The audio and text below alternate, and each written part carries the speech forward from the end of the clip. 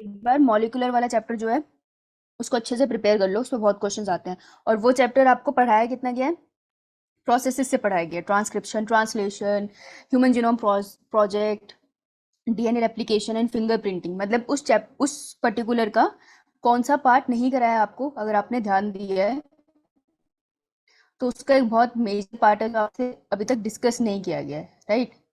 For example, ये कहाँ से आंसर कहाँ से आ गए, एक सेकेंड। अगर मैं बोलूँ कौन सा पार्ट नहीं डिस्कस किया गया है उसमें, मॉलिक्यूलर बायोलॉजी में, ये इंपॉर्टेंट है यार, इस पर ध्यान देना जो मैं बोल रही हूँ, ठीक है। मॉलिक्यूलर बायोलॉजी का एक बहुत इंपॉर्टेंट पार्ट है जो आपको खुद पढ़ने से समझ आ जाएगा, नहीं आएगा तो डाउट पूछना। तो एक है जिसमें वो सारे आपसे वो करते हैं, क्या कहते हैं वो, experiments to find genetic material. एक क्वेश्चन बनता है इससे। ये जितने भी एक्सपेरिमेंट्स हुए थे ना, Hershey Chase experiment and Griffith experiment, ये सब इसलिए हुए थे ये समझने के लिए कि जेनेटिक मटेरियल कौन है, डीएनए, आरएनए या प्रोटीन है। तो ये एक्सपेरिमेंट्स इंपॉर्टेंट है। दूसरा है structure of DNA. Structure of DNA में उसकी लेंथ, उसकी ब्रेथ, ठीक है, क्या होता है, एक लूप का क्या मतलब है, ठीक है, एक राइबोन्यूक्लिक एसिड वगैरह चलो हमने डिस्कस किए थे बायोमोलिक्यूल्स के लास्ट पार्ट में। लेकिन स्ट्रक्चर ऑफ डीएनए का पार्ट बनता है, और एक folding of DNA. Folding of DNA आपको ये तो मैं सेल के साथ कराऊंगी, पर वो आएगा जनवरी में टॉपिक, सेल वाला। तो फोल्डिंग ऑफ डीएनए यहाँ पे तुम्हें खुद से करना पड़ेगा, जिसमें तुम किसके बारे में पढ़ोगे, हिस्टोन के बारे में पढ़ोगे, उसकी यूनिट्स के बारे में पढ़ोगे, लिंकर डीएनए क्या होता है वो पॉइंट पढ़ोगे। तो ये सारा एनसीईआरटी बेस्ड है और ये बहुत इंपॉर्टेंट सा सेगमेंट है। और एक आती है छोटा सा पैराग्राफ है एनसीईआरटी में जिसमें वो बताता है अबाउट आरएनए वर्ल्ड। तो आरएनए वर्ल्ड में वो बताता है कि आरएनए डीएनए में एक तरह से क्या डिफरेंस है, और आरएनए क्यों किसी का जेनेटिक मटेरियल कंसीडर किया जा सकता है, कि मतलब पहले आरएनए होता था फिर डीएनए आया। तो ये कुछ पार्ट है जो तुमको खुद से करना है, तो ये छोटा पार्ट नहीं है ये। अगर तुम खुद से कर रहे हो तो एक दिन लग जाएगा इसमें, ठीक है, अगर तुम्हारी जेनेटिक्स बहुत अच्छी नहीं है, राइट। तो इट्स ओके, अगर अच्छी भी है तो एक दिन लगा के इसे करके क्वेश्चन लगाओ, इसके बहुत क्वेश्चन आते हैं इसमें। तो इसको प्रिपेयर करो। नेक्स्ट पार्ट जो मॉलिक्यूलर का टेस्ट होगा उसके बाद फिर मैं मेजर टेस्ट के लिए उनको बोल दूंगी कि इन सारे चैप्टर्स का टेस्ट ले लो, बच्चों का प्रिपेयर हो गया है, समझ आई। तो इस पार्ट को हम्म। सेल्फ प्रिपेयर कर लेना, इसको इस करना हो वो मुझे बता देना। जैसे अब तुम्हें कॉलिंग आती भी है कि तुम्हारा कौन सा टॉपिक है जो तुमको लगता है कि एक रिवीजन क्लास में होना चाहिए, तो तुम बता देना कौन सा टॉपिक है, मैं वहां पे कवर करा दूंगी। लेकिन उसके लिए पहले तुम पढ़ोगे तभी तो बताओगे समझ नहीं आया क्या, राइट। तो इसको पढ़ लेना। Got it. Yo ma'am. Yo चलो, मैम। तो चैप्टर चल रहा था हमारा कौन सा, अरे ग्रीन कलर तो दिख ही नहीं रहा, कौन सा चैप्टर चल रहा था। Body body fluid and fluid and circulation. Body fluid and and circulation, right. और अब हमने जो इसमें करना है, बेसिकली हमने प्रीवियस ईयर क्वेश्चंस करने हैं, और उसी के साथ हम लोग टॉपिक देख लेंगे जो जो बीच बीच में आएंगे। जैसे किसी को ईसीजी में अभी तक डाउट्स है ना, किसी को कॉरोनरी आर्टरी में डाउट है कि कॉरोनरी आर्टरी का हार्ट अटैक से क्या रिलेशनशिप है। तो ऐसे ऐसे छोटे छोटे डाउट्स हैं, ठीक है। तो वो वाले सारे सारे जैसे में आते रहेंगे, हम उसको करते चले जाएंगे, ठीक है। तो आज का हम कोशिश करते हैं कि जितने हम क्वेश्चंस कर पाए उतने कर ले। बहुत सारे क्वेश्चन नहीं लाई मैं, लेकिन वैरायटी ऑफ क्वेश्चन लाई हूँ ताकि तुम्हें थोड़ी तो उससे मदद हो। और असाइनमेंट और वो तो तुम्हें पता है ना कहाँ से असेस करना है। आलम सर से जितनों ने मुझे मैसेज किया तो उन्हें मिल गया था। विजय कहाँ थे तुम, 3 क्लास से पूछ रहा हूँ, कहाँ था, कहाँ था। मैम ये घर में था। तो क्लास में क्यों नहीं था। मैम एकेडमी से लेट आ रहा था। क्लास आलम सर से के, क्योंकि तू परेशान होने वाला और तू मुझे परेशान।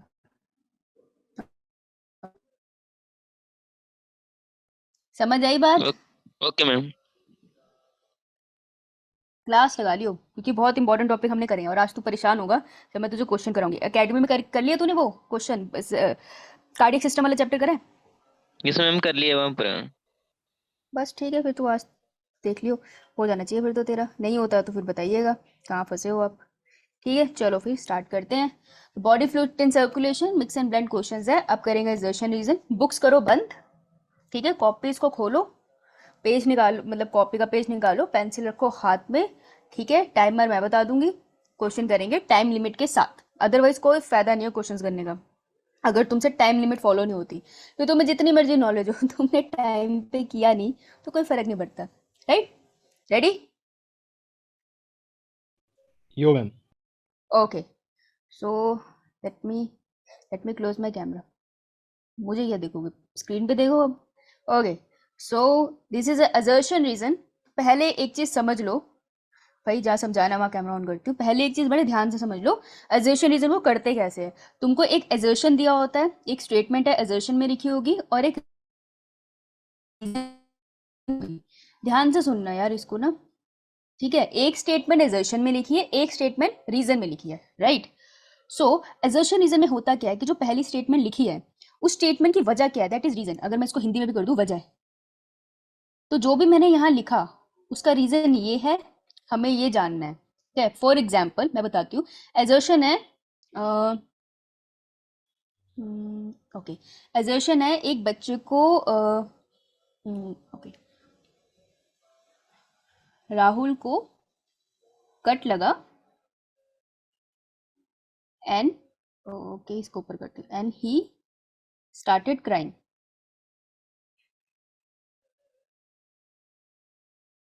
ये असर्शन है कि राहुल को ना कट लगा हाथ पे, हाथ में इमेजिन कर लेते हैं, राहुल को हाथ पे कट लगा तो वो रो रहा है, ठीक है। अब इसका रीजन वो एक नीचे स्टेटमेंट में ऐसे लिख सकते हैं, that second, because of cut his hand is feeling pen. वो कभी भी ना ऐसा नहीं करेंगे कि तुम्हें कनेक्ट कर देंगे दो स्टेटमेंट को, ऐसा नहीं करेंगे, दैट इज वाई, ऐसा वर्ड कहीं नहीं मिलेगा तुम्हें। तो वो दो स्टेटमेंट देंगे, वो तुमसे इन दोनों का रिलेशनशिप पूछेंगे। तो सबसे पहली चीज क्या देखनी होती है असर्शन रीजन में, ध्यान से सुनो। सबसे पहली चीज तुमको ये देखनी है क्या दोनों स्टेटमेंट सही है, राइट। सबसे पहली चीज तुम्हें ये देखनी है कि दोनों स्टेटमेंट सही है। तो राहुल बना लेते हैं, ये रहा राहुल, ठीक है। ये रहा उसका हाथ, बहुत ही बड़ा सा, कि हम तो अभी हाइपोथेटिकली समझ रहे हैं। ये रहा कट, ठीक है। और राहुल दिख कैसा रहा है तुमको, राहुल तुमको ऐसा दिख रहा है। तो सबसे पहली स्टेटमेंट है राहुल को कट लगा एंड ही स्टार्टेड क्राइंग। तो उस राहुल को देखो जरा, क्या उसके हाथ पे कट दिख रहा है? यो मैम। यो मैम। क्या वो रोता हुआ दिख रहा है? Yo, ma'am. यो मैम। Yo, ma'am. यस। तो ये स्टेटमेंट एजर्शन सही है, तो मेरा ए तो सही है। और रीजन वो पूछ रहे हैं, देखना अब यहाँ पर कंफ्यूजन होती है कि पहले तो रीजन की स्टेटमेंट सही है, because of cut his hand is feeling pen. तो बायो में ऐसे कॉन्सेप्ट आएंगे, तो तुम्हें कॉन्सेप्ट समझना है। तो तुमको ऐसा लगता है कि अगर किसी के हाथ में कट लगे तो उसको दर्द होगा, कि ये स्टेटमेंट सही है बायो के परस्पेक्टिव से?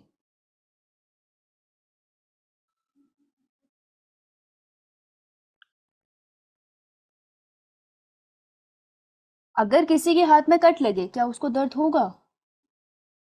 Yes ma'am. Yes ma'am. है ना। तो रीजन की स्टेटमेंट सही है। पहला स्टेप क्या करना है हमने, रीजन की स्टेटमेंट जो है वो सही है, इज करेक्ट, ठीक है। स्टेटमेंट सही है मतलब जो भी कॉन्सेप्ट है ना यहाँ पे, बायोलॉजिकल कॉन्सेप्ट इज राइट, ये सही है।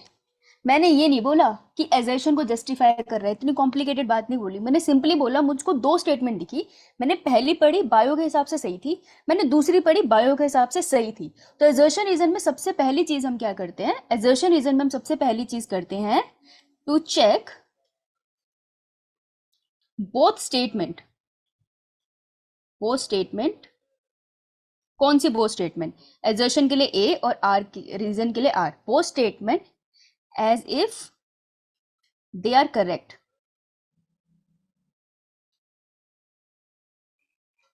from biology point। तो पहले हमने सिर्फ कॉन्सेप्ट देखना है, कॉन्सेप्ट सही है या नहीं, ठीक है। तो सबसे पहले एजर्शन रीजन में ये करना है। सबसे बड़ी गलती यही होती है, हम रीजन पढ़ते हैं और एजर्शन के साथ कंपेयर करने लगते हैं। लेकिन पहले हमें रीजन और एजर्शन को अलग रखना है, पहले देखना है कि दोनों सही है या नहीं, ठीक है। अगर तो दोनों सही है, एग्जाम्पल दो रीजन भी सही है, ठीक है। ध्यान से देखना है, ये लिख लिया सबने, ये पॉइंट लिखा? यो मैम। ये लिख लो, ये कहीं मिलेगा नहीं। लिख लिया, चलो आगे। यो मैम। अब देखो, अब बड़े ध्यान से सुनना।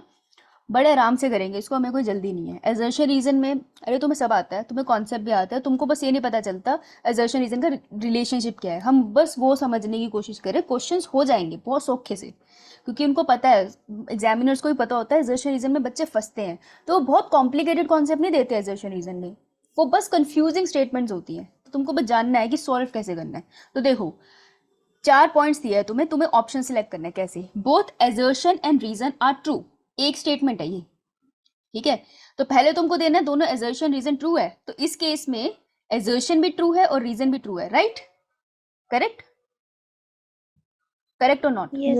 मैम। Yes ma'am. ठीक है, तो मेरा ए ऑप्शन हो सकता है। अच्छा, नीचे आओ बी में, both assertion and reason are true, तो इस हिसाब से मेरा बी भी हो सकता है। Assertion is true but reason is false. Reason is false का मतलब है कि जो रीजन में बायोलॉजिकल स्टेटमेंट है वो गलत है, एजर्शन के रिस्पेक्ट में नहीं पूछ रहा, वो इसलिए जो रीजन लिखा है ना वो बायोलॉजिकली है ही इनकरेक्ट। अगर मैं यहाँ लिख दूं because of cut in hand you feel happiness, अब कट लग के हैप्पीनेस की फीलिंग तो नहीं आएगी बॉडी में। Because of cut in hand you can see water is coming out, cut लगने के बाद खून बाहर आएगा, पानी थोड़ी अलग से तैरता हुआ दिखेगा, तो वो रीजन गलत हो गया, राइट? तो अगर एजर्शन सही है लेकिन रीजन की स्टेटमेंट गलत है तो तुम सी करते, इस केस में सी तो नहीं हो सकता, तो मैंने इसे काट दिया। अब देखो एजर्शन इज फॉल्स, एजर्शन की स्टेटमेंट फॉल्स है, ठीक है। वो कह रहे हैं राहुल सिर से चोट लगी दिख रही है तुम्हें, लेकिन राहुल का तो हाथ पे चोट लगी है, उस केस में एजर्शन ही गलत हो गया। लेकिन तुम कह रहे हो जो रीजन में स्टेटमेंट लिखी है ना वो करेक्ट है, कि उसके हाथ में कट लगा है ना इसलिए उसको पेन हो रही है, तो उस स्टेटमेंट में उस केस में डी ऑप्शन होता। तो इस वाले क्वेश्चन में सी और डी तो हो नहीं सकता। अब सबसे बड़ी दुविधा हमेशा ए और बी में आती है। इतनी बात समझ आई सबको? यो मैम। जो मैम। पक्का? कोई बच्चा जिसको डाउट हो रिपीट करना बता दो, मैं कर दूंगी, कोई चक्कर नहीं है, आज की क्लास है ही इसलिए। कोई जिसको डाउट हो? is being recorded. The class is being recorded, recording चल तो रही है, चल रही है ना? Yeah, it is ma'am being- एक बार Yes, ma'am. समझा दो। ठीक है, तो देखो दोबारा से इसको रब करती हूँ, यहाँ पे बताती हूँ, ठीक है। तो सबसे पहले हमने क्या देखना है, हमने चेक करना है कि स्टेटमेंट दो हमारे पास स्टेटमेंट है, एजर्शन अलग रीजन अलग, दोनों अलग अलग बायोलॉजिकली सही है या नहीं है। पहले तो ये देखोगे तो 4 में से तुम्हारे 2 ऑप्शन अपने आप कटेंगे, हमेशा कटेंगे। उसके बाद तुम देखोगे कि जो एजर्शन लिखा है उसको जस्टिफाई कर रहा है रीजन, ठीक है। अब तुम सेकंड में क्या देखोगे, रिलेशन बिटवीन एंड रीजन।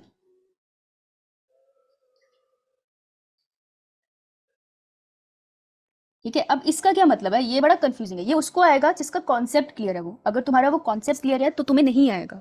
तो अगर तुमको एजर्शन रीजन का क्वेश्चन कर रहे हो और तुम उसके बीच में रिलेशनशिप नहीं समझ पा रहे हो तो तुमको वो टॉपिक पढ़ने की जरूरत है। तो एजर्शन रीजन आपको ये बताते हैं कि आपका कौन सा टॉपिक क्लियर नहीं है, समझ आए? तो ये बहुत अच्छा तरीका है जानने के लिए कि आपका कॉन्सेप्ट कौन सा क्लियर नहीं है।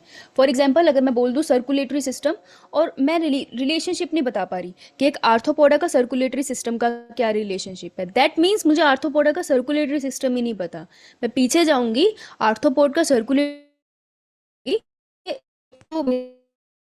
अब मैं ये क्वेश्चन भी पाऊंगी। एजर्शन रीजन का अगर जानना चाहते हो तो तुमको कॉन्सेप्ट पता होना चाहिए, तभी निकाल पाओगे। कॉन्सेप्ट नहीं पता तो तुम्हें पहले कॉन्सेप्ट करना है। और माइक बंद कर लो भैया, मुझे बोलने दो। तान्या नेहवाल, मुझे बोलने दे बेटा, ठीक है। तो रिलेशनशिप और एजर्शन रीजन का क्या मतलब है, इट सिंपली मीन्स क्या एजर्शन स्टेटमेंट, एजर्शन वाली स्टेटमेंट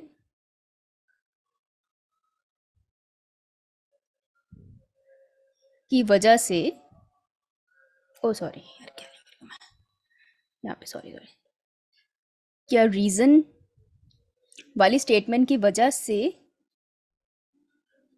एजर्शन में जो, उफ हिंदी लिखे, एजर्शन में जो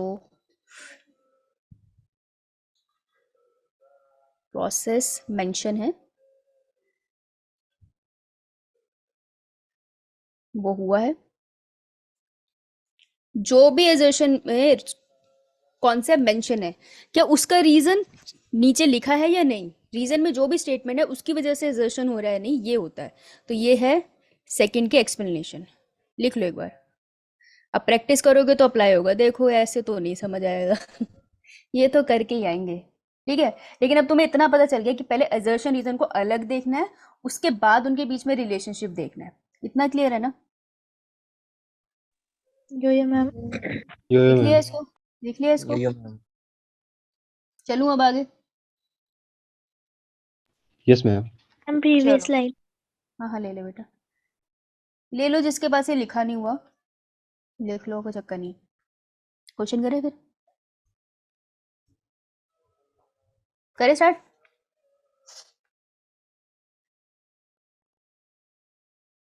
यो-यो मैम। नहीं बताओगे? चलो फिर मैं कैमरा बंद कर रही हूँ ताकि तुम्हारा फोकस इस बोर्ड पे रहे। और 1 मिनट है तुम्हारे पास, तो ये याद रखना है असर्शन रीजन। अरे ये वैसे लिखे हैं, ठीक है। स्टार्ट।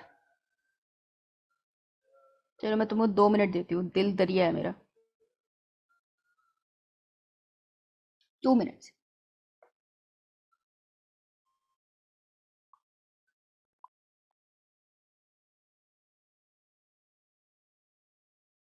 एक ही CO2 है। कमॉन कमॉन सोचो। असर्शन को अलग रीड करो, रीजन को अलग रीड करो, फिर उसके बाद सोचो कि ये जस्टिफाइड है। असर्शन रीजन अलग करोगे ना तभी तुमको पता चलेगा CO/D ऑप्शन होगा या नहीं। उसके बाद नेक्स्ट पॉइंट पे आओ।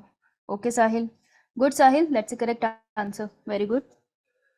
कमॉन कमॉन, जिसकी प्रैक्टिस नहीं है उसको टाइम लगेगा, लेकिन आंसर सब करना, ठीक है। Good Anish, good going. हाँ अंचल थोड़ा सा गलत हो गया, but you are close to answer. Kritika थोड़ा सा गलत हो गया। कुलदीप, आंचल, पर गुड यू पार्टिसिपेटिंग। थोड़ी सी मिस्टेक है कॉन्सेप्ट में, पर हो जाएगा। You are close to answer.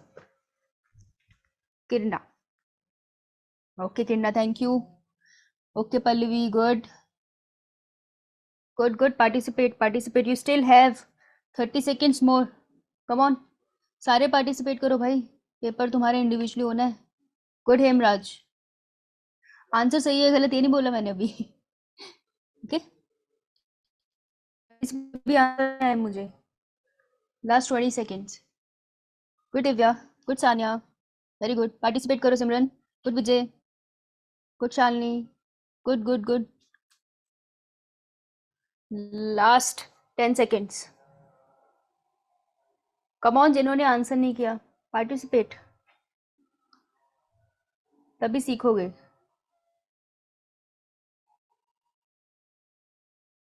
Okay stop. Alright, कौन है? आंचल, गुड। आंचल आंसर बेटा, आंसर तुमने आंसर तो मौसम की तरह बदल दिए। चलो, सो असर्शन है systemic blood circulation occur in human beings. क्या ये स्टेटमेंट सही है? पहला स्टेप हमारा होगा स्टेटमेंट चेक करना, तो फर्स्ट स्टेप है हमारा स्टेटमेंट चेक करना। तो क्या असर्शन की स्टेटमेंट सही है? ह्यूमन में सिस्टमिक सर्कुलेशन Yes, दिखती है? ma'am. यो-यो हाँ ma'am. Systemic Yes, ma'am. Circulation दिखती है, this is correct. Systemic circulation क्या है? जो भूल गए हैं वो सिस्टमिक सर्कुलेशन थी ये। तुमको वो एनसीईआरटी का डायग्राम याद है जब यहाँ पे दिल बनाते थे? तो एक सर्कुलेशन वो यहाँ दिखाते थे ऊपर की तरफ, जो लंग्स के रिस्पेक्ट में होती थी, इसे हम कहते थे पल्मोनरी सर्कुलेशन, है ना। और फिर एक सर्कुलेशन वो नीचे दिखाते थे, तो यहाँ से पूरी बॉडी से ब्लड जाता था, और इसको हम दिखाते थे सिस्टमिक सर्कुलेशन, राइट। तो ये सिस्टमिक सर्कुलेशन तो होती है, जिसने अगर ये डायग्राम नहीं किया वो भूल जाएगा, ठीक है। तो असर्शन तो सही है। अब रीजन की स्टेटमेंट देखनी है, ठीक है, अभी रिलेशन नहीं देखना। तो सेकंड पॉइंट इज रीजन की स्टेटमेंट। तो रीजन की स्टेटमेंट है the main purpose of this circulation. कौन से सर्कुलेशन? इसकी systemic circulation is to carry oxygen and nutrient to the body tissue. इसका मेन काम है इस वाली सर्कुलेशन का, यहाँ पर होता है ऑक्सीजनेटेड ब्लड, ठीक है। तो वो कह रहा है इसका मेन काम है कि ये ऑक्सीजनेटेड ब्लड बेसिकली लेकर जाए और न्यूट्रिएंट्स और ऑक्सीजन सारे टिश्यूज को दे दे, right. And remove carbon dioxide and other waste from the tissues. और ये कह रहे हैं कि दूसरा काम इसका ये है सिस्टमिक सर्कुलेशन का, कि जो कार्बन डाइऑक्साइड है ना टिश्यू से, वो ये अपने अंदर ले ले, और भी कुछ वेस्ट मटेरियल है उसको भी अपने अंदर ले ले, और फिर उसको रिटर्न कर दे, ठीक है, ताकि वो आउट ऑफ द बॉडी चले जाए। तो ये जो गंदा खून जाता है इसको हम कहते हैं डीऑक्सीजनेटेड। तो क्या ये स्टेटमेंट सही है कि सिस्टमिक सर्कुलेशन का पर्पस है कि ऑक्सीजनेटेड ब्लड पूरी बॉडी को दे और पूरी बॉडी से डीऑक्सीजनेट मतलब कार्बन डाइऑक्साइड लेके ब्लड को डीऑक्सीजनेट करके वापस हार्ट में भेज दे। क्या ये कॉन्सेप्ट सही है? Yes ma'am. Yeah, ma'am. बेटे ये कॉन्सेप्ट सही है, रीजन का कॉन्सेप्ट सही है, तो याद रखना कॉन्सेप्ट पूछ रही हूँ मैं पहले, कॉन्सेप्ट इज करेक्ट।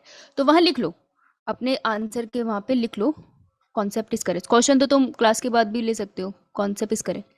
तो पहला स्टेप हो गया। तो अगर मेरा एजर्शन और रीजन दोनों कॉन्सेप्ट सही है तो ये वाले दो ऑप्शन तो इनकरेक्ट हो गए। Assertion is true but reason is fault, ये नहीं हो सकता। Assertion is false but reason is true, ये भी नहीं हो सकता क्योंकि मेरी तो दोनों स्टेटमेंट सही है। अब दुविधा आ गई इन दोनों के बीच में, अब इनमें से आंसर क्या होगा, है ना? तो देखो अब इसको ध्यान से देखना, वो क्या बोल रहे हैं, वो बोल रहे हैं systemic blood circulation occur in human beings. वो ह्यूमन बींग के अंदर सिस्टमिक ब्लड सर्कुलेशन होती है। तो इस स्टेटमेंट के आगे अगर मैं हिंदी में लिख लूँ, क्योंकि क्यों होती है, वो इसलिए होती है ताकि ऑक्सीजनेटेड ब्लड टिश्यू को मिल जाए और डीऑक्सीजनेटेड ब्लड उनसे दूर हो जाए। क्या ये रीजन जस्टिफाइड है? Yes ma'am. इसको मैं अगर मैं इसको ऐसे सोचूं कि भगवान ने, अगर मैं एक में सुनो, ऐसे सोचूं कि भगवान ने मेरी बॉडी में सिस्टमिक सर्कुलेशन बनाई इसलिए ताकि मेरी बॉडी में जितना भी ऑक्सीजन है वो सारे टिश्यूज को मिल पाए और सारे टिश्यू से जितना भी कार्बन डाइऑक्साइड है वो निकल जाए, इसलिए मेरी बॉडी में सिस्टमिक सर्कुलेशन है। तो क्या ये जस्टिफाइड हुआ स्टेटमेंट, कि जो स्टेटमेंट है कि ये इसका काम था इस वजह से मेरी बॉडी में सिस्टमिक सर्कुलेशन है, क्या ये रिलेशनशिप बना? Yes, यो ma'am. मैम। Yeah, ma'am. हाँ एग्जैक्टली। तो आंसर होगा ए। समझ आया आंसर ए कैसे हुआ? आंसर होगा ए, क्योंकि both assertion and reason are true and reason is a correct explanation of assertion. ठीक है, तो ये आंसर हो गया करेक्ट ए। तो आपको इमेजिन करना है कि जो भी असर्शन है ना इसको जस्टिफाई कर पा रहा है, क्योंकि लगा के सोचना कि सिस्टम में ब्लड सर्कुलेशन हो रही है क्योंकि ये होता है। क्या ये स्टेटमेंट का सेंस बन रहा है? अगर बन रहा है तो वो असर्शन है। ये सिर्फ प्रैक्टिस से आएगा, एक दिन में नहीं आएगा। समझ आई ये बात? Yo, ma'am. Yeah, ma'am. Answer हो गया ए। Very good. चलो अब अगले क्वेश्चन में मैं थोड़ा कम टाइम दूंगी, जिसका गलत हुआ है कोई बात नहीं, तुमने पार्टिसिपेट किया, दैट्स इंपॉर्टेंट। बहुत सारे बच्चे थे जिनका आंसर ए और बी के बीच में था, तो वो क्लोज टू आंसर है। ठीक है, जिस जो रिलेशनशिप नहीं समझ पा रहे हैं वो पल्मोनरी सर्कुलेशन और सिस्टमिक सर्कुलेशन पढ़ के आना, मैंने पढ़ाई है। चलो next question, ready start. Ma'am अगर पल्मोनरी हो जाता तो सेकंड ऑप्शन करेक्ट होता। हाँ फिर सेकंड होता, ऑप्शन करेक्ट होता।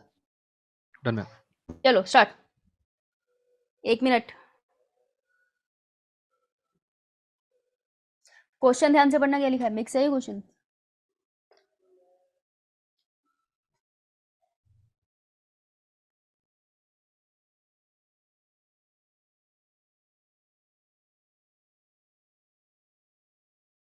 क्या बात हो गई, 30 सेकेंड्स हो गए?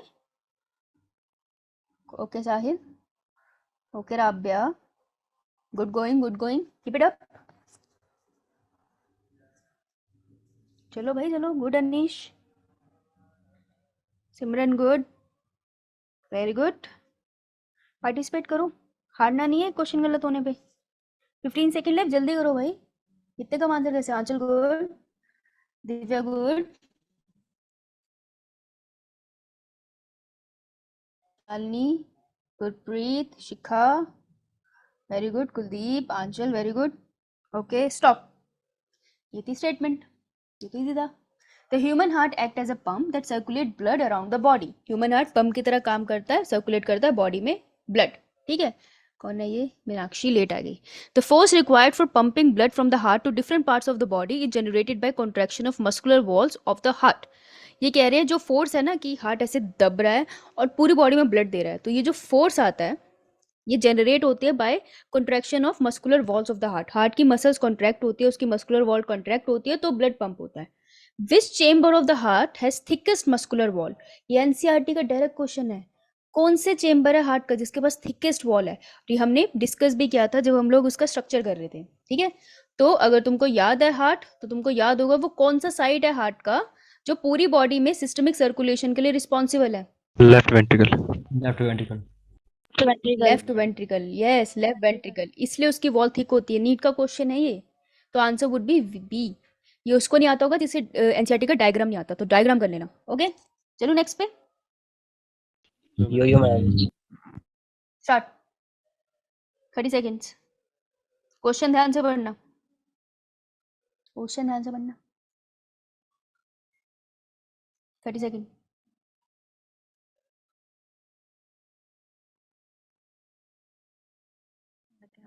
तुम क्वेश्चन पे ध्यान दो।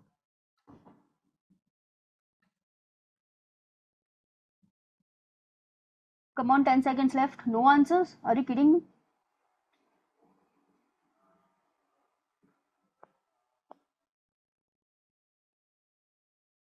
हाँ भी स्टॉप। ये क्वेश्चन डिसअपॉइंटिंग रहा, इसका मुझे दुख है। ओके,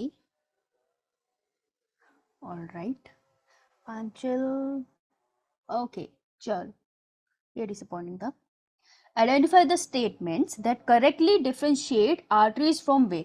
करेक्ट स्टेटमेंट ढूंढनी है तुमको। Choose any 2 answers. 2 आंसर बोल लिया ना, एक आंसर ऑप्शन कैसे दे रहे हो तुम? तो 2 स्टेटमेंट करेक्ट हो, तुम्हें एक कैसे मिल गई भाई?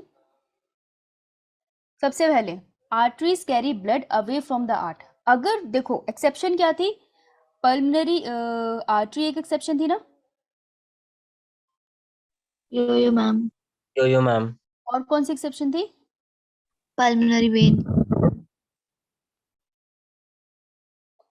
ओके चलो, ये तो और कंफ्यूज हो रहा है। यस साहिल। सो 2 आंसर ढूंढना है तुमको। Artery carry blood away from the heart, क्या ये सच है? आर्टरी ब्लड दिल से अवे लेकर जाती है? यो मैम। Yo, ma'am. यहाँ से जाती है पल्मनरी Yes, आर्टरी, ma'am. फिर आती है यहाँ पे पल्मनरी वेन, फिर यहाँ से आती है सिस्टमिक आर्टरी, जिसको अयोटा भी बोलते हैं ना, सिस्टमिक आर्टरी, और फिर आती है हमारे पास सिस्टमिक वेन। तो जहाँ पे आर्टरी लिखा है, ये रही आर्टरी और ये रही आर्टरी, दोनों केसेस में वो ब्लड को कहाँ लेके जा रही है? दूर लेके जा रही है ना। तो यार ये तो सही हुआ। Whereas veins bring blood to the heart. Vein जो होती है वो ब्लड लेकर आती है, तो देखो वेन ब्लड लेकर आ रही है हार्ट की तरफ, है ना। यहाँ पे भी वेन ब्लड लेकर आ रही है, तो पहली स्टेटमेंट तो करेक्ट है, ये आंसर तो करेक्ट है, लेकिन हमने ढूंढना है एक से ज्यादा, 2 ढूंढने हैं, राइट। उसके बाद वेन है valves whereas arteries do not have valves. जिसने आर्टरी और वेन का वो डिफरेंशिएशन का चार्ट किया था उसको याद होगा कि ये स्टेटमेंट करेक्ट है। ऐसा क्यों है? वेन के पास वेल्व्स क्यों होती है भाई? मैम इसमें प्रेशर कम होता है। हाँ, वेन्स में प्रेशर कम होता है। क्यों प्रेशर कम होता है? रीजन था ना।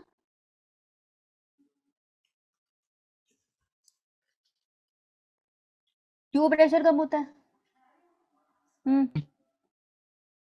फर्स्टली थिन मस्कुलर और इनका ल्यूमेन जो लार्ज होता है। उनका ल्यूमेन लार्ज होता है। ठीक है, लगा दो यार।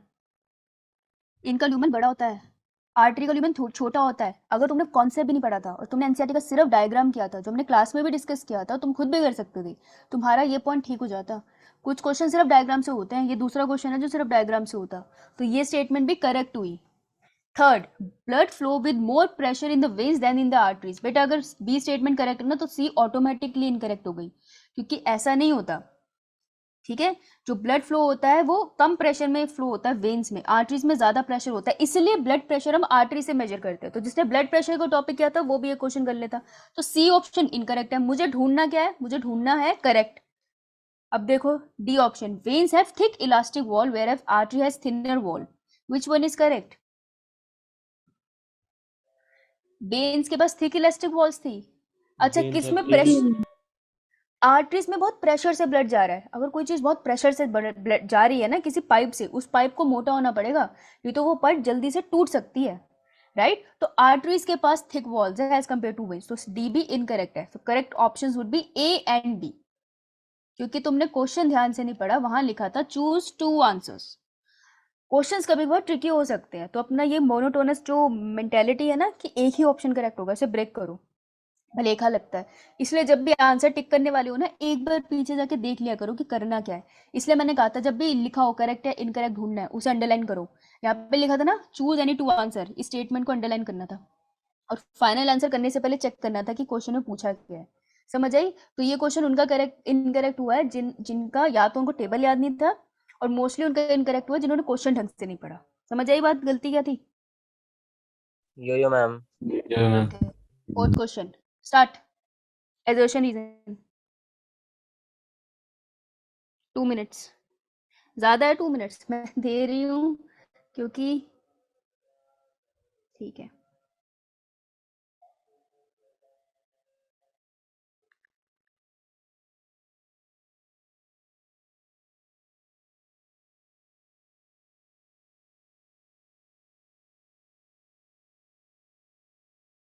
जल्दी।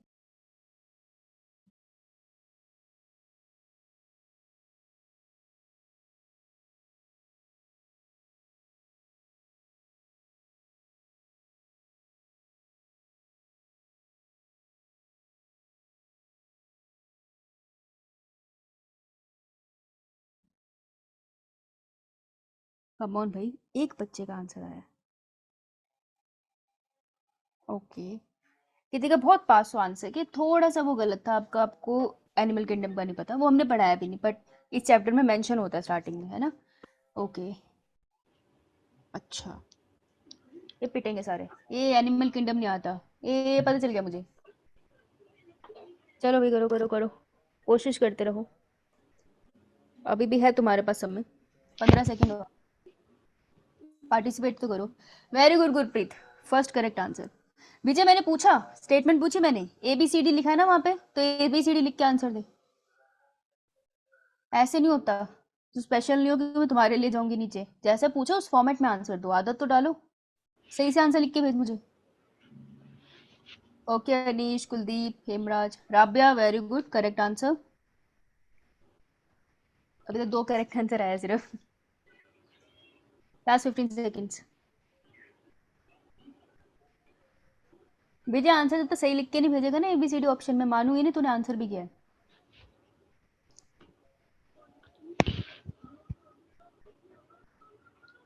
साहिल तुम्हें क्या सो के याद आ रही है चीजें, स्टॉप। एक आंसर के 3, एक क्वेश्चन के 3 आंसर दे रहा है तू मुझे, क्या समझ रखा है। चलो भाई, assertion है, स्टेटमेंट पहले, assertion है a mollusc circulatory system is close type. Close type का क्या मतलब है और ओपन टाइप का क्या मतलब है। सर्कुलेटरी सिस्टम की बात करूं, ओपन और क्लोज का फर्क क्या है। क्लोज में होगा कि ब्लड फ्लोज इन वेसल्स, और ओपन में होगा कि जो उनका सोइल होगा, हेमोसोइल, मतलब किसी बॉडी कैविटी में ब्लड मूव करेगा। साइनसिस, हिमोसॉइल क्या होता है। साइनसिस, खुली खुली यस मैम। स्पेस में, ठीक है, जब ब्लड से हमेशा हमेशा ब्लड वेसल्स में रहता है, आर्टरी, वेन, कैपिलरी, कुछ भी बोलो, ब्लड वेसल में है ना, खुला नहीं घूमा कहीं पे, बॉडी के किसी पार्ट पे भी खुला नहीं घूमा, उसको हम कहते हैं क्लोज्ड सर्कुलेटरी सिस्टम, हमेशा ब्लड वेसल के अंदर रहेगा। ओपन का मतलब है ऐसा नहीं है वहां ब्लड वेसल्स नहीं हो सकती, ब्लड वेसल कहीं ना कहीं तो होगी, लेकिन एक जगह है, हमेशा वहां पे तुम्हें ऐसी जगहें मिलेगी जो ओपन स्पेसेस होगी। इन ओपन स्पेसेस को हम क्या बोलते हैं, यहाँ लिख देती हूँ, साइनसेस। साइनसेस क्या होती है, ओपन स्पेसेस। तो बॉडी में ऐसी ओपन स्पेसेस हैं जहां पे जाके ब्लड खुल जाता है और सारे टिश्यू वहां से ब्लड से न्यूट्रिएंट ले लेते हैं, ठीक है। तो जिनमें भी ओपन स्पेसेस बनते हैं उनको हम कहते हैं कि उनके पास है ओपन सर्कुलेटरी सिस्टम, ठीक है। तो ये इस चैप्टर के स्टार्टिंग पार्ट में डिस्कस्ड है जो तुमको पढ़ना था, राइट। तो अब ये कह रहे हैं कि जो मोलस्क है, पहले तो बताओ एनिमल किंगडम में एक होता है वर्टिब्रेट्स और एक होते हैं इनवर्टिब्रेट्स, ये किस में आता है। Invertebrates.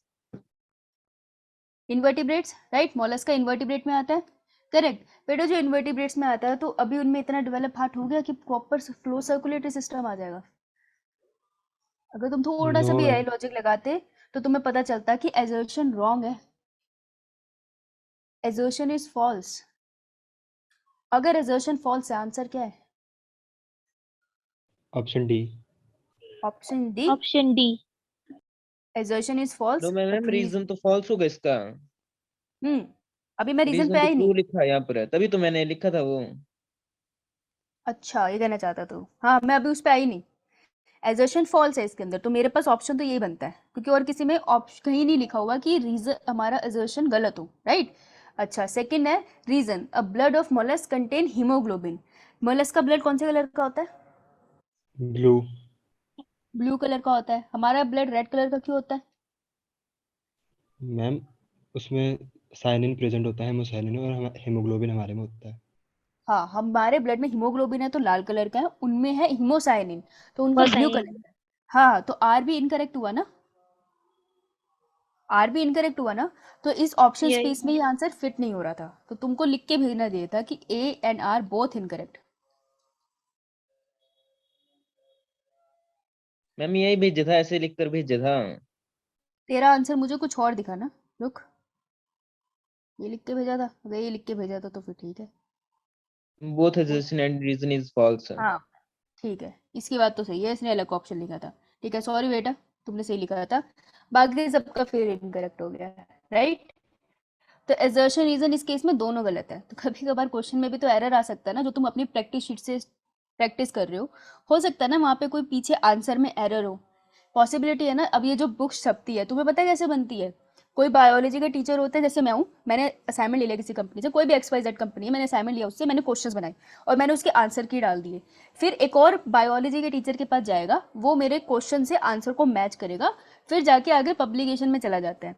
लेकिन ये ह्यूमन मेड प्रोसेस है ना, देयर इज पॉसिबिलिटी ना, मैं एक दिन में 100 क्वेश्चन पढ़ रही हूँ, हो सकता है मैं एक क्वेश्चन गलत पढ़ लूँ, हो सकता है ना।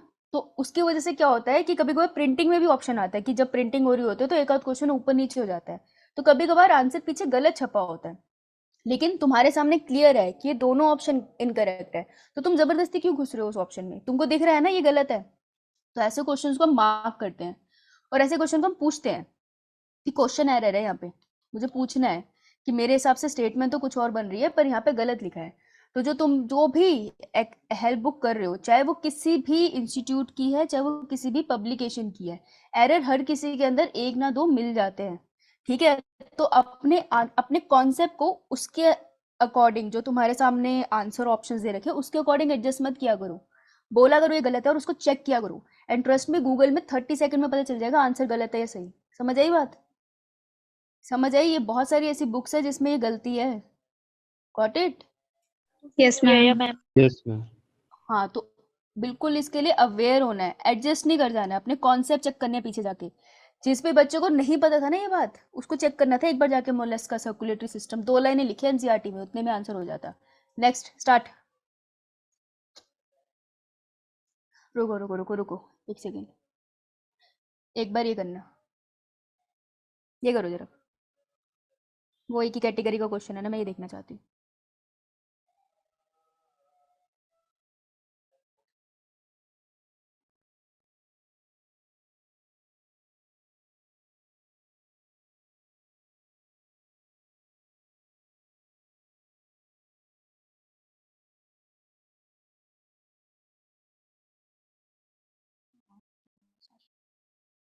करो करो करो करो, 1 मिनट है इसके लिए, फटाफट। अच्छा कुलदीप, चलो तुमने आंसर एटलीस्ट किया, तो सी क्लोज हो तुम आंसर के, that's not correct. Okay Sahil, Pallavi, good. Okay Pallavi, Sahil, Vijay, okay Anish, Gurpreet, good participation है एटलीस्ट। Okay 35 4 3 2 1 stop. हाँ जी, स्टॉप के बाद दिव्या जी आंसर नहीं ले पाएंगे, हम आपसे क्षमा चाहते हैं, समय समाप्त हो गया है, ठीक है जी। ओके, एजर्शन है टाइप ओ ब्लड ग्रुप, जिनका ब्लड ग्रुप होता है ओ टाइप का, individuals are called universal donor. पहले तो मुझे बताओ यूनिवर्सल डोनर किसको कहते हैं और रेसिपिएंट किसको कहते हैं? डोनेट एनी पर्सन, ब्लड जो किसी पर्सन को डोनेट कर सकता है, और रेसिपिएंट हो सकता है जो कि लाइक दोनों से ले सकता है। किसी से भी ले सकता है, तो दे किसको सकता है? कौन से वाला? O blood group. O blood group वाले किसी को भी ब्लड दे सकते हैं, ठीक है। क्यों? ओ से याद रखना 0, ना उनके पास किसी को लेकर भेदभाव की भावना, ना किसी को लेकर कोई प्यार की भावना, वो बिल्कुल न्यूट्रल से हैं, ठीक है। तो किसी को मदद चाहिए वो कर देंगे, वो सोचेंगे नहीं कि उस बंदे की नेचर क्या है, तो बड़े न्यूट्रल से हैं ओ वाले, इसलिए डोनेट करते हैं। यूनिवर्सल रेसिपिएंट कौन है? यूनिवर्सल रेसिपिएंट जो किसी से भी ब्लड ले सकते हैं, वो कौन होते हैं? A B blood. A B blood group. हाँ, तो वो किसी से भी ले लेते हैं, नहीं सोचते कि उसका क्या जाति भाव है, ये सब में बिलीव नहीं करते, वो बढ़िया है, किसी से भी ब्लड ले लेंगे, ठीक है। तो ए बी ब्लड ग्रुप वाले का अगर कहीं कोई ब्लड की जरूरत पड़ गई तो उसकी मजे ऐश है।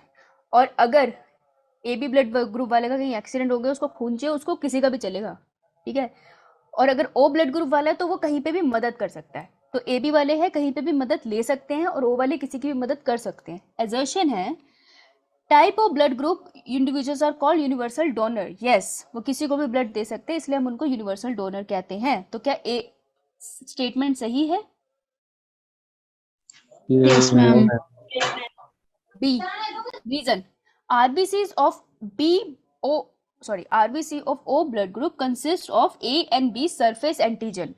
याद है ऐसे गोलू बनाया था लास्ट लेक्चर में और मैंने उसके ऊपर एंटीजेंस बनाए थे, है ना। दो तरीके के एंटीजेंस हो सकते हैं, ए अकेला या बी अकेला या ए बी एक साथ। ये कह रहे हैं कि इसके पास जो ए एंटीजन है, जो ये कह रहे हैं, मैं स्टेटमेंट चेक कर रही हूँ ना अभी, तो कह रहे हैं कि इसके पास ए एंटीजन भी है और बी एंटीजन भी है। अगर एक इंडिविजुअल है, ये है हमारा टॉम, और टॉम के आरबीसी पे ए और बी एंटीजन है, तो इसकी बॉडी में एंटीबॉडी मिलेगी तुमको?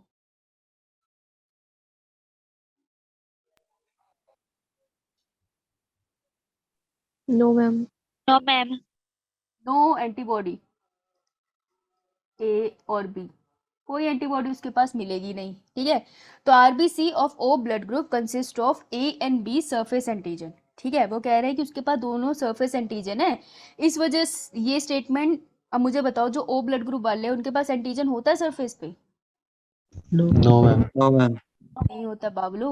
अगर उसके पास एंटीजन होगा सरफेस पे, तुम डालना जरा इसको ए ब्लड ग्रुप वाले की बॉडी में। चलो मान लो एंटीजन है, ए ब्लड ग्रुप वाले की बॉडी में डालो, ए ब्लड ग्रुप वाले के पास तो बी एंटीजन एंटीबॉडी होगी, तो बी एंटीबॉडी इसके साथ लड़ाई नहीं कर लेगी?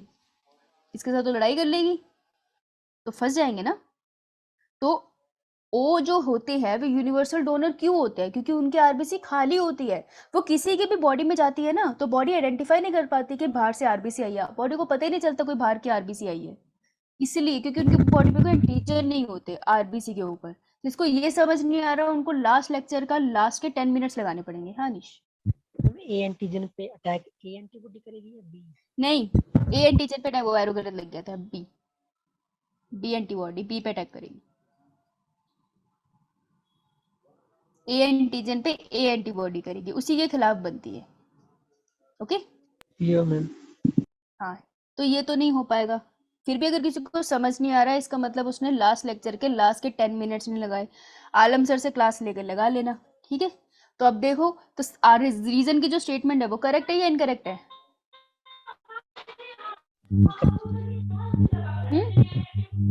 इनकरेक्ट है मैम। Incorrect. करेक्ट है, तो कौन सा ऑप्शन दिया?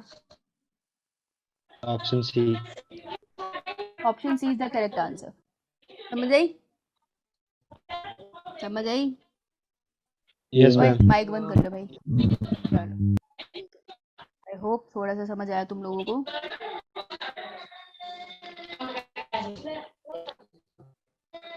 अच्छा, अब ये करके बताना मुझे, ये वाला, ये करके बताओ। स्टार्ट। बेटा माइक बंद कर ले। छोटा सा बच्चा पीछे रो रहा है, अच्छा नहीं लग रहा रोता हुआ। ठीक है, बात तो कुछ नहीं है ना। अरे मेरा सिस्टम हैंग हो गया। वो कौन? करो करो, क्वेश्चंस करो फटाफट।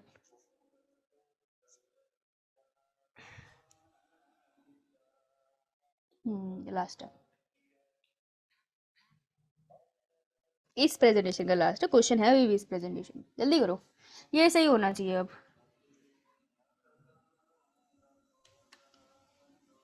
गुड साहिल, गुड हेमराज,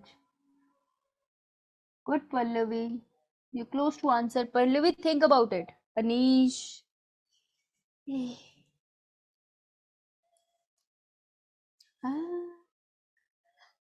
अनीश क्या हो गया तुमको? Divya, Meenakshi, very good, good Gurpreet, good Kuldeep, Kritika. Anish कहाँ चले गए तुम? पल्लवी, हेमराज, बहुत गलत चले गए। Okay stop.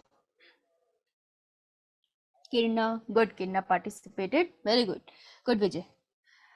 ओके भाई, assertion. In the human heart, there is no mixing of oxygenated and deoxygenated blood. क्या ये स्टेटमेंट सही है? Yes ma'am. No, ma'am. Second reason की स्टेटमेंट देखनी है। Presence of valves in the heart उन्होंने नहीं बोला आर्टरी या वेन, उन्होंने सिंपली बोला हार्ट के अंदर जो वेल्व्स है, कोई भी वेल्व है, बाइकस्पिड, ट्राइकस्पिड, सेमिल्यूनर और माइट्रियल, चारों वेल्व्स है। उन्होंने कहा कोई भी valve, presence of the valves in the heart allow the movement of blood in one direction only. Is it correct? Yes ma'am. Yeah, ma'am. Yeah, ma'am. बिल्कुल correct है। जब एट्रियम, ये एट्रियम है और इसके बीच की वेल्व जो है ट्राइकस्पिड वेल्व खुलती है तो ब्लड सिर्फ वेंट्रिकल की तरफ जाता है, दिस इज वन डायरेक्शन। और जब ये सेम वेल्व, अगर तुमको याद होगा कि जब ये सेम वेल्व बंद हो जाती है तो वेंट्रिकल से सारा का सारा ब्लड कहाँ जाता है? पल्मोनरी आर्टरी की तरफ। तो अब ब्लड इस डायरेक्शन में जा रहा है, तो ये जो वेल्व होती है ये कंट्रोल करती है कि ब्लड एक ही डायरेक्शन में जाए, क्योंकि अगर वेल्व बंद नहीं होगी ना तो ब्लड ब्लैक फ्लो मार सकता है। इसलिए हम तो लब की साउंड जनरेट होती थी हार्ट में टू स्टॉप द मतलब ब्लड को रोकते हैं वापिस से एटीएम में जाने के लिए। समझ आया अनीश क्या बोला मैंने अभी? यो मैम। है ना? तो दोनों स्टेटमेंट करेक्ट है, बिल्कुल करेक्ट है। तो सी और डी ऑप्शन तो नहीं हो सकता, राइट? Right Yeah, ma'am. है ना? सी और डी को काट दिया हमने। अब बताओ ए और बी में। Presence of valves in the heart allow the movement of blood in one direction. ठीक है, तो यहाँ पे मैं क्यू की लगाती हूँ, फिर सोचूंगी कि जो ह्यूमन का हार्ट है ना उसमें ऑक्सीजनेटेड ब्लड और डीऑक्सीजनेटेड ब्लड एक दूसरे से अलग इसलिए रहते हैं क्योंकि प्रेजेंस ऑफ वेल्व कंट्रोल करती है कि ब्लड एक ही डायरेक्शन में मूव करे। क्या ये जस्टिफाई कर रहे हैं assertion को? No ma'am, it's not No, ma'am. एक जस्टिफाइंग No, हार्ट ma'am. में ऑक्सीजनेटेड ब्लड लेफ्ट साइड है, डीऑक्सीजनेटेड ब्लड लेफ्ट साइड है, क्योंकि हार्ट की वेल्व्स कंट्रोल कर रही है कि ब्लड वापस से ब्लैक फ्लो ना करे। क्या रीजन assertion को जस्टिफाई कर रहा है? No ma'am. No, ma'am. नहीं। क्यों? क्योंकि रीजन बता रहा है मूवमेंट की डायरेक्शन। हमारा रीजन मूवमेंट की डायरेक्शन बता रहा है, मतलब मूवमेंट बता रहा है ब्लड की किस डायरेक्शन में हो रही है, और assertion तो बात कर रहा है लेफ्ट साइड राइट साइड से क्यों अलग है, वो तो बीच वाले सेप्टम की वजह से अलग है। तो आंसर क्या होगा? B. Answer would be B because both assertion reason are true but reason is not correct explanation of an assertion। समझ आई? Yes ma'am. Okay brilliant. इसके आंसर्स पीछे देखे हैं, जब फ्री होंगे तो इसको करना, ठीक है? एक बार अब मुझे ईसीजी पे जाना है। ये एक और प्रेजेंटेशन है तो मैं दोनों अपडेट कर दूंगी, सर से ले लेना तुम लोग। कहाँ गया? ये करो, मैं पानी लेकर गई। करो करो ये करो। एक ही मिनट है, टाइमर ऑन है मेरा।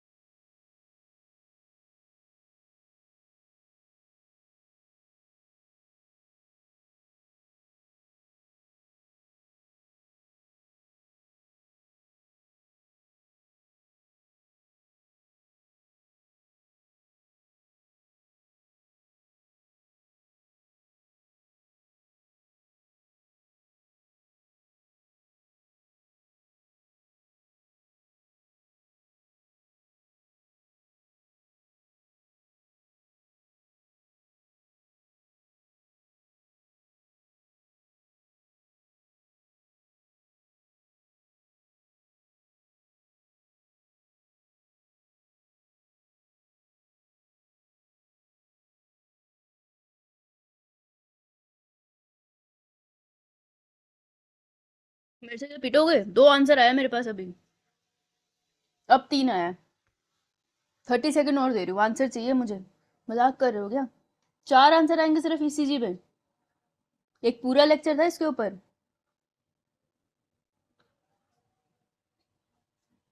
जिन्होंने क्लास में लगाई उसने कहीं से तो करा है ना, ऐसे आगे।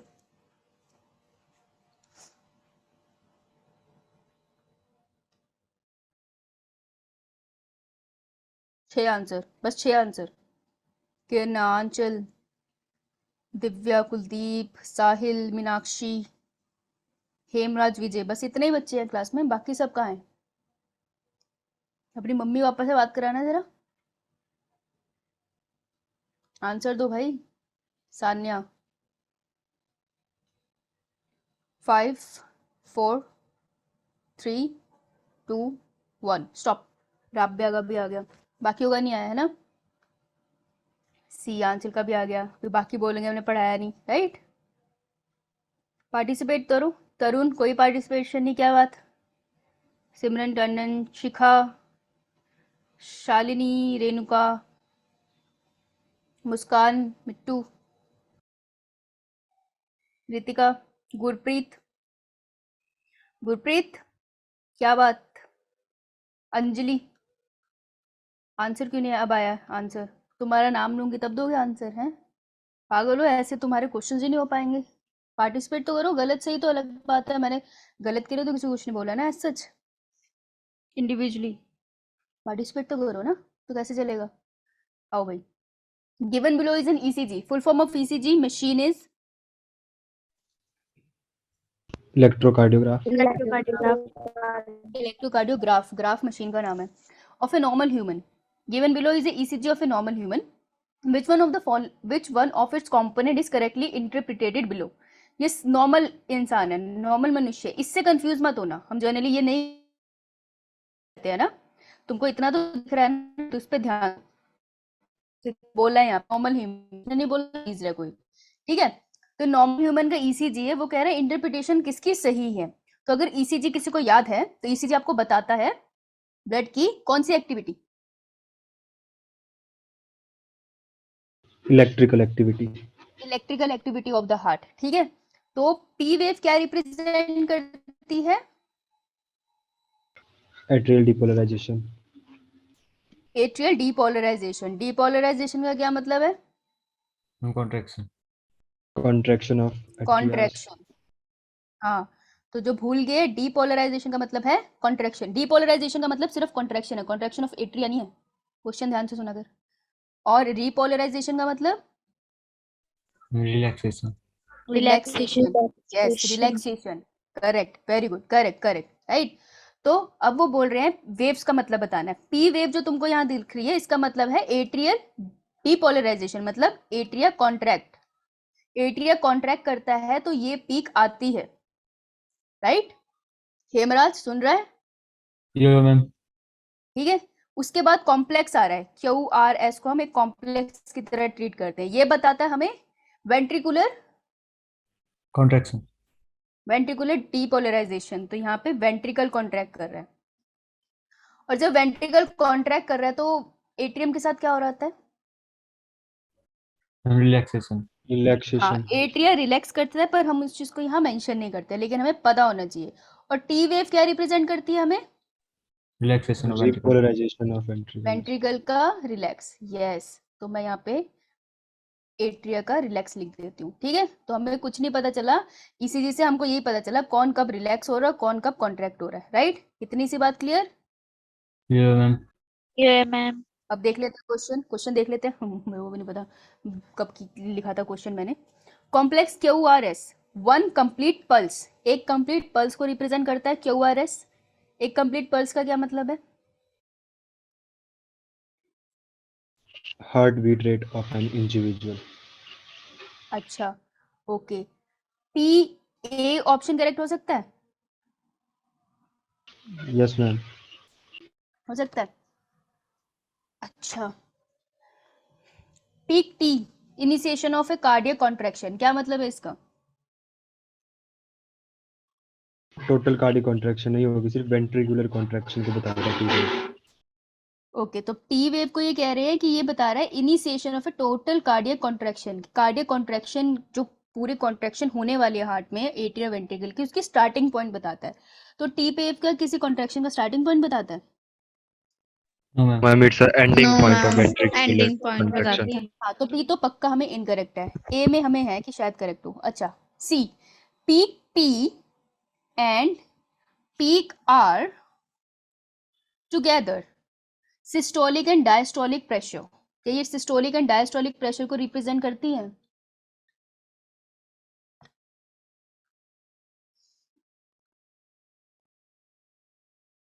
No ma'am.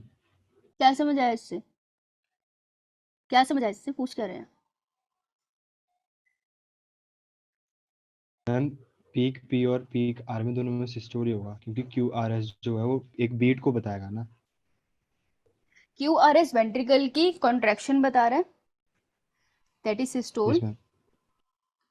और P से लेकर Q तक का टाइम जो है वो हमें क्या बताता है कि अभी इसकी कॉन्ट्रैक्शन सिस्टोल ही चल रहा है यहाँ पर, और यहाँ पे R तक जब वो पहुंच रहा है तो यहाँ पर डायस्टोल चल रहा है एट्रिया का, और यहाँ पे सिस्टोल चल रहा है वेंट्रिकल का। ठीक है, ये थोड़ा कंफ्यूजिंग हो गया। अच्छा चलो डी पे आते हैं।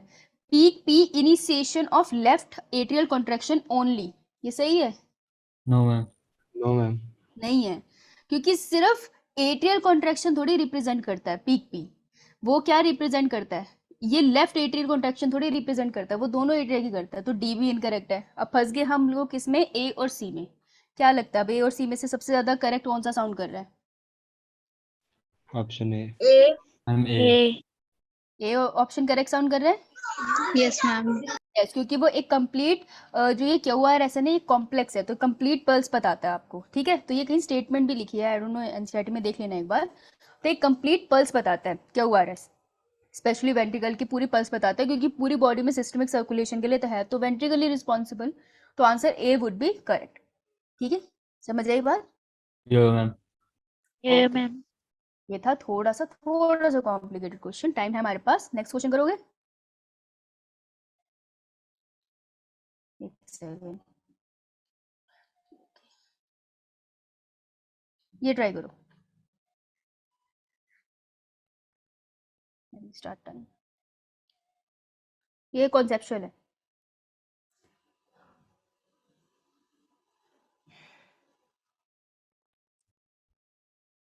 कॉन्सेप्चुअल है ये, कॉन्सेप्ट आता होगा तो हो पाएगा, नहीं तो बल्ले है।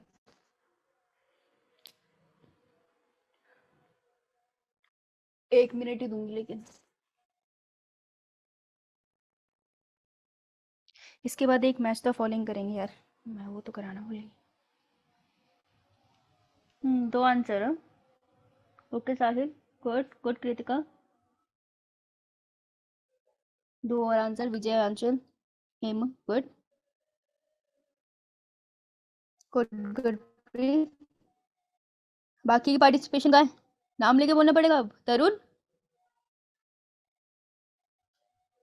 मीनाक्षी, कुलदीप, सिमरन,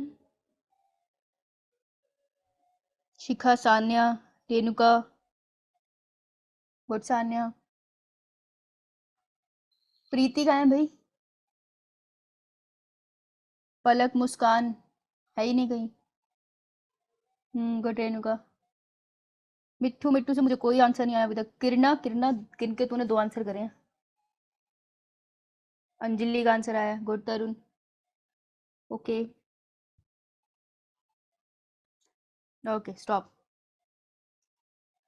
इंडिविजुअल अटेंशन चाहिए तुमको, एक एक नाम लेके बुलाऊं, है ना? काम नहीं मेरे को कोई, क्वेश्चन ना पढ़ूं मैं, तुम्हारे नाम ले लूं।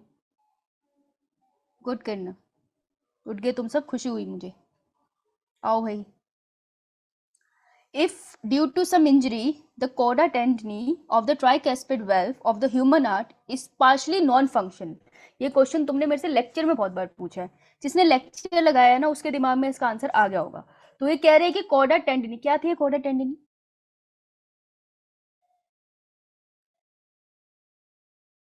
Ma'am, मैम मैम तो नहीं थी, मैं तो इंसान हूँ, कॉडा टेंडिनी तो नहीं है। मैम इससे ओपनिंग और क्लोजिंग ऑफ होती है ma'am, tricuspid valve ma'am bicuspid valve. हाँ, तो ये कहाँ पर अटैच होती है? बेसिकली पेपिलरी मसल्स ये ऐसे वाइट के साथ से अटैच होती थी। कौन और वेंट्रिकल के बीच की वेल्व, ऐसी था। ये कंट्रोल करती थी कि वेल्व खुलेगी और होगी, राइट। ये कह रहे हैं कि इसमें होगी इंजरी। ये क्वेश्चन तो मुझसे बहुत पूछा तुमने क्लास में, इसमें होगी इंजरी। तो कह रहे हैं उसका इमीडिएट इफेक्ट क्या है? इमीडिएट इफेक्ट क्या है? बात में नहीं, इमीडिएट इफेक्ट क्या है? हाँ शालिनी, लेट हो गया आंसर में तुम। तो इमीडिएट इफेक्ट क्या होगा उसका अगर ऐसा हो गया? तो पहला ऑप्शन है the flow of blood into the aorta will be slow down. जो फ्लो ऑफ ब्लड होगा into the aorta will be slow down, उसका फ्लो अयोटा की तरफ स्लो डाउन हो जाएगा। होगा बट ये इमीडिएट इफेक्ट नहीं होगा। ऑलमोस्ट उसका ब्लड थोड़ा तो स्लो डाउन होगा, लेकिन ये इमीडिएट इफेक्ट नहीं होगा। ये बात भी सही है। क्यों? क्योंकि अयोटा कौन सी होती है? 4 डब्बे अगर मैंने बना दिए तो तुमको याद होगा अयोटा कहाँ से ब्लड लेकर जाती है? Left ventricle. लेफ्ट वेंट्रिकल से। लेफ्ट वेंट्रिकल से जो ब्लड इतने प्रेशर में जाता है उसके लिए रिस्पॉन्सिबल होती है वेंट्रिकल की कॉन्ट्रैक्शन। उसकी मसल इतनी मजबूत होती है कि वो इतनी ज्यादा जोर से कॉन्ट्रैक्ट करता है कि ब्लड पुश हो जाता है। तो स्लो डाउन नहीं हो जाएगा अयोटा के अंदर एज सच ब्लड का फ्लो। ठीक है, blood flow into the aorta will not slow down immediately. ठीक है, तो वो स्लो डाउन नहीं होगा, वो उतने प्रेशर से जा रहा है क्योंकि वेंट्रिकल तो उतने प्रेशर से कॉन्ट्रैक्ट हो रहा है ना। तो पहली स्टेटमेंट नहीं होगी। The pacemaker will stop functioning. क्या लॉजिक है कोडा टेंडिनाई का पेसमेकर से? ऐसे नोट तो ये रहा। कोई रिलेशनशिप है? No ma'am. कोई No, ma'am. रिलेशनशिप नहीं है। बी नहीं हो सकता। No, ma'am. बी नहीं हो सकता। The blood will tend to flow back into the left atrium. वो कह रहे हैं कि लेफ्ट एट्रियम में ब्लड वापिस से चला जाएगा, स्टार्ट हो जाएगा पीछे की तरफ जाना। जब वो इतनी जोर से पुश करेगा तो वो एओर्टा के अंदर भी तो जा रहा है ना, सारा ब्लड ऊपर एट्रियम की तरफ तो नहीं जा रहा। तो ये स्टेटमेंट थोड़ी सी कॉन्ट्राडिक्टरी है कि थोड़ा तो जाएगा लेकिन पूरा नहीं जाएगा। अब देखो एक स्टेटमेंट है, भाई तू माइक पे बोल ले या मैं बोल लूं? एक बंदा हो सकता है ना? मैम स्नेहा? लेफ्ट नहीं होना था, राइट होता तब ऑप्शन सही होना था। लेफ्ट में तो जाएगा नहीं ब्लड क्योंकि अब देखो, हाँ हाँ, Yes, ma'am. राइट होता तो सही होता। अब नीचे वाली में है ना, यहाँ देख, the flow of blood into the pulmonary artery will be reduce. जो पल्मनरी आर्टरी है उसमें ब्लड का फ्लो अब रिड्यूस हो जाएगा। तो ये स्टेटमेंट हमारी होती है करेक्ट। क्यों? क्योंकि कॉर्डा टेंडिना अगर तुम एनसीईआरटी की बुक भी खोल लो तो तुमको वहाँ पे 3 मसल तुम्हें बहुत अच्छे से दिख जाएंगी। किस साइड पे? राइट हैंड साइड पे। तो अगर राइट हैंड साइड पे ये टूट गई हैं, अगर मैंने इन्हें तोड़ दिया, ये नहीं सही से काम कर रही, तो ये जो वेल्व है ना ये खुली रह गई। तो एट्रियम से ब्लड जब नीचे जाएगा भार की वजह से पैसिवली, तो ये अपने आप ही खुल जाती है पैसिवली। तो अब ये खुली हुई है, तो जब वेंट्रिकल कॉन्ट्रैक्ट करेगा तो कुछ ब्लड तो पल्मोनरी आर्टरी की तरफ जाएगा जो उसने जाना था, लेकिन यहाँ पे भी बैक फ्लो कर जाएगा।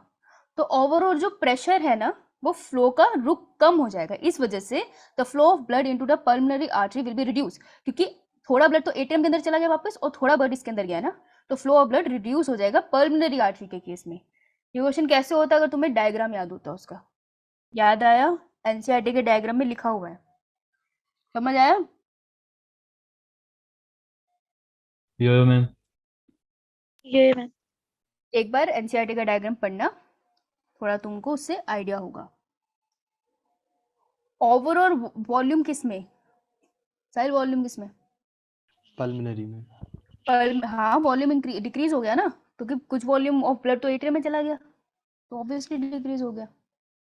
ओवरऑल ब्लड की वॉल्यूम सेम रहेगी हार्ट में, वो वैसे डिक्रीज हो गया। आगे चलूं? Yes ma'am. अच्छा, मैं तुमको ये वाला कराती हूँ। ये करो, मैच द कॉलम।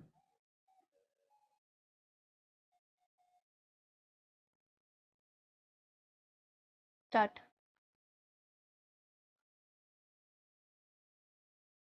कौन बहुत जलाया आज तुम लोगों ने मेरा भाई गोट?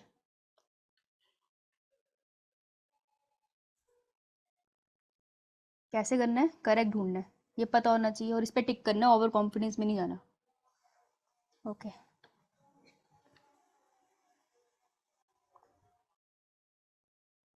ट्रिक याद करना, कैसे याद की थी?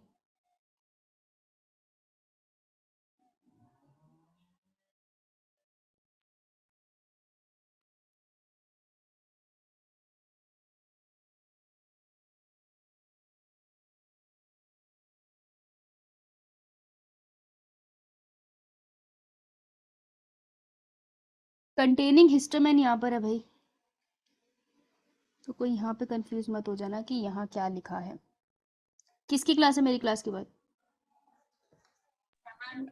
खुद दीजिए, ठीक है,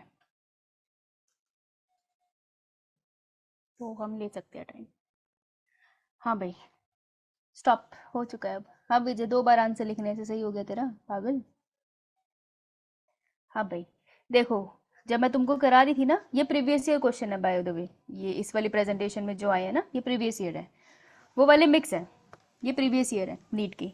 तो ये जो है ना सेल के ऊपर क्वेश्चन, तब मैंने ब्लड कराया था, तब मैंने बोला था इस पे क्वेश्चन आते हैं। ये क्वेश्चन है एक, यहाँ पर भी क्वेश्चन आया है, ठीक है, यहाँ पे भी सेल्स पे क्वेश्चन है, इधर भी सेल पे क्वेश्चन है, इधर भी सेल पे क्वेश्चन आ रहा है, इधर भी एक टर्म के ऊपर क्वेश्चन आ रहा है, राइट।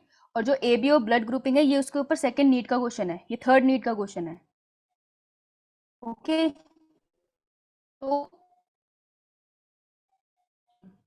तो कम से कम सेल्स के ऊपर देखो कि नीट बहुत सारे क्वेश्चन डालता है। तो जिसको अभी भी सेल्स कंप्लीट नहीं हुए हैं, जब मैंने कराया था ब्लड सेल्स, उसके बाद उसको डिवाइड कर दिया था डिफरेंट कैटेगरीज में, राइट। फिर उसके अंदर जो WBCs थे उसको डिवाइड कर दिया था एक ग्रेनुलोसाइट और ग्रेनुलोसाइट में। फिर उसके अंदर हमने बेन पढ़ा था, उसके अंदर हमने MLA पढ़ा था, याद है MLA उल्टा लिखा था हमने, MLA पढ़ा था, उस दिन इलेक्शन भी थे तुम्हारे वहाँ पे।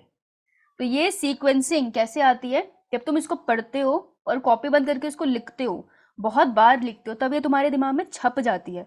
तुमको सेल्स छापने हैं अपने दिमाग में, तभी ऐसे क्वेश्चंस होंगे। क्योंकि इस क्वेश्चन में देखो वो हर सेल कितने, यार उसने 4 सेल मेंशन कर दिए, तुम देखो इतनी जल्दी कैसे करोगे क्वेश्चन। तो तुम्हें अपने दिमाग में छापने हैं, उसके लिए तुम्हें लिखने पड़ेंगे। तो ये सेल वाले पार्ट को प्रैक्टिस करना है लिख के, इसे इग्नोर मत करना, ठीक है। ब्लड वाला पार्ट भी है जो ब्लड ग्रुपिंग का, उसको भी लिख के प्रैक्टिस करो। एक बार चार्ट खुद बना के देखो, तुम्हें समझ आ जाएगा सब कुछ, ठीक है। उसको इग्नोर नहीं करना, उस पर क्वेश्चन आते हैं, तुम्हारे सामने है।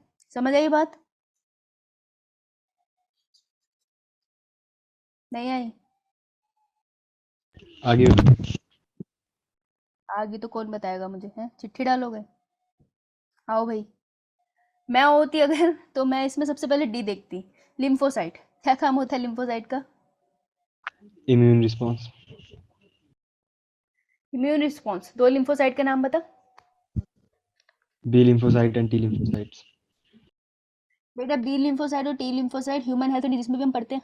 अगर मैंने हार्ट चैप्टर नहीं भी किया होता तो मुझे इतना पता था लिम्फोसाइट का काम इम्यून रिस्पॉन्स में है, बी लिम्फोसाइट और टी लिम्फोसाइट का काम इम्यून रिस्पॉन्स में है। अगर मैं होती तो मैं नहीं ज़्यादा मेहनत करती, मैं हमेशा ऐसे वाले क्वेश्चन बहुत जल्दी करती हूँ, चाहे कहीं पे भी हो। मैं हमेशा वो ऑप्शन देखती हूँ जो मुझे बहुत कॉन्फिडेंस है कि सही होगा, तो मैं तो डी देखती हूँ और मेरा आंसर एक्चुअली डी से निकल जाता। डी का आंसर है 1 और आंसर आता ए। लेकिन ये कैसे आया? ये एक्सपीरियंस से आया, क्योंकि मुझे कॉन्फिडेंस है कि लिम्फोसाइट इम्यून रिस्पॉन्स के लिए रिस्पॉन्सिबल है और कुछ नहीं। फैगोसाइटोसिस का पार्ट आएगा उसके अंदर, लेकिन लिम्फोसाइट इम्यून रिस्पॉन्स के लिए रिस्पॉन्सिबल है, इसके लिए मैं कॉन्फिडेंस हूँ। कैसे पता चला मुझे? एक मुझे एक्सपीरियंस है टीचर का, दूसरा मैंने इसे बहुत बार पढ़ा इसलिए मुझे कॉन्फिडेंस है। तो तुम्हारे पास क्या प्लस पॉइंट हो सकता है कि तुम कॉन्फिडेंट हो, ठीक है। गुड विजय, मुबारक हो तुमको, ठीक है।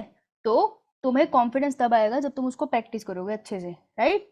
तो देखो अगर तुमने ह्यूमन हेल्थ एंड डिजीज भी ढंग से किया होता तब भी तुम्हारा ये क्वेश्चन हो जाता।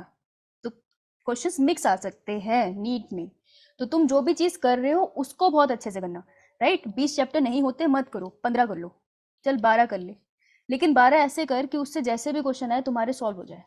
समझ आई बात? इसको कहते हैं एक्सीलेंस लेके आना अपने काम में।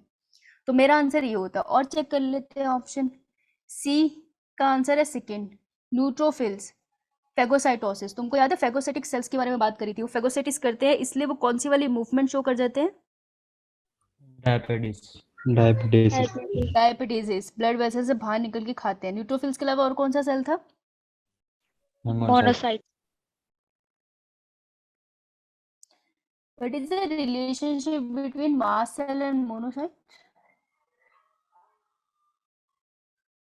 नहीं पता? मास्ट सेल एंड मोनोसाइट के बीच में एक रिलेशनशिप है, एक बार पढ़ के आना, ह्यूमन हेल्थ एंड डिजीज में आता है लेकिन अच्छा रिलेशनशिप है। तो न्यूट्रोफिल फेगोसाइटिस करते हैं, फेगोसाइटोसिस सॉरी, ठीक है। बी का आंसर है फोर्थ, बी है हमारा बेसोफिल्स, और फोर्थ है हमारा release granules containing histamine. Histamine containing granules ये रिलीज करते हैं। बेसोफिल के अलावा और कौन रिलीज करता है हिस्टामिन?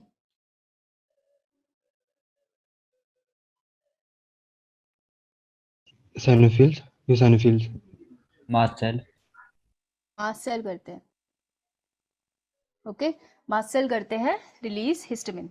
और eosinophils a is 3 release histaminase, enzyme का नाम लिखा है इन्होंने, ठीक है, हिस्टामाइनेज। ये मुझे भी चेक करना पड़ेगा, पर मुझे डी से वैसे कंफर्म हो गया। तो कभी कभार हो सकता है एक आध ऑप्शन में तुम फंस जाओ, लेकिन अगर देखो मैक्सिमम में तो यही आंसर जा रहा है, तो यही जाएगा। ओके ओके, एक और Yeah, यो करो। मैम। ये मैम। हर्षन ने कहा था 5 मिनट ऊपर ले लेना। चलो यार, ये करना, ये करना।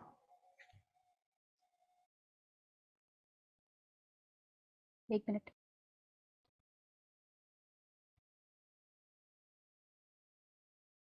क्वेश्चन नंबर क्यों नहीं लिखा? एक सेकंड, 1 2 3 है यार, ये लिखा क्यों नहीं यहाँ पे? सॉरी।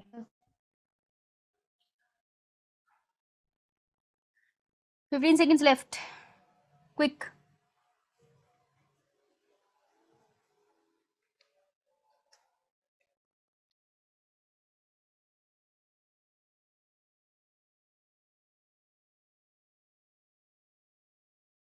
जो बच्चे प्रैक्टिस कर रहे हैं ना, उनके आंसर भी सही आ रहे हैं। परफॉर्मेंस में दिख जाता है यार, तुम जितना मर्जी बोलो। आप जब किसी टेस्ट में परफॉर्म करते हो, आपका पता चल जाता है आप कितना कर रहे हो। जो कर रहे हैं सिर्फ उनके आंसर सही आ रहे हैं मैक्सिमम, सारे उनके भी सही नहीं है, क्योंकि अभी भी मेहनत सबको चाहिए, लेकिन उनके काफ़ी हद तक सही है। ये फ़र्क है, इसे समझो। 2 आंसर आएंगे सिर्फ 30 सेकेंड्स में। Okay stop, just because sir की क्लास है, नहीं तो बताती मैं तुम्हें। ओके, क्यों नहीं है? अनीश पूछा मैंने 1 2 3 4, फिर आंसर में कौन सी लैंग्वेज में पूछा है? देख के करा करो। आओ भाई, अडल्ट ह्यूमन आरबीसी आर इन्यूक्लिएट, मतलब nucleus is absent. Adult human RBC में होता है, सही बात है भैया। यहाँ से कॉन्सेप्ट भी पता चल गया। ऐसे होते हैं क्वेश्चन से हमें कॉन्सेप्ट भी पता चलते हैं। Which of the following statement, या फिर एक से ज्यादा है, इज और are most appropriate explanation for this feature. सबसे अच्छी एक्सप्लेनेशन क्या है इस बात की? अडल्ट आरबीसी में न्यूक्लियस नहीं है। एक्सप्लेनेशन क्या है इसकी? ये किया है हमने। They do not need to reproduce, क्या ये एक एक्सप्लेनेशन हो सकती है? ठीक है। They are somatic cells. देखो स्टेटमेंट करेक्ट नहीं पूछ रहा वो, क्वेश्चन में क्या पूछ रहा है? विच of the following statement most appropriately explain for this feature. RBC में न्यूक्लियस नहीं है, क्यों? वो रीजन पूछ रहा है इसका, कि क्यों भगवान ने आरबीसी, अडल्ट आरबीसी में न्यूक्लियस नहीं डाला। वो ये नहीं पूछ रहा न्यूक्लियस के रिस्पेक्ट, मतलब आरबीसी के रिस्पेक्ट में बाकी स्टेटमेंट सही है या नहीं। तो इस चीज का ध्यान रखना। ये असर्शन रीजन जैसा क्वेश्चन है ये, कि उसने असर्शन दिया, वो उसका रीजन पूछ रहा है। ओके, तो they do not read to reproduce, क्या ये क्वेश्चन है? Okay, they are somatic cells, they are somatic sales.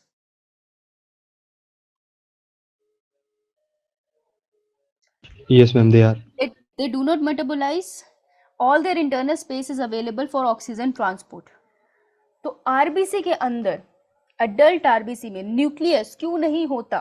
उसका सिर्फ एक रीजन था कि सारी स्पेस हीमोग्लोबिन ले ले और वो ऑक्सीजन के 4 मॉलिक्यूल्स को अपने आसपास चिपका के कैरी कर पाए।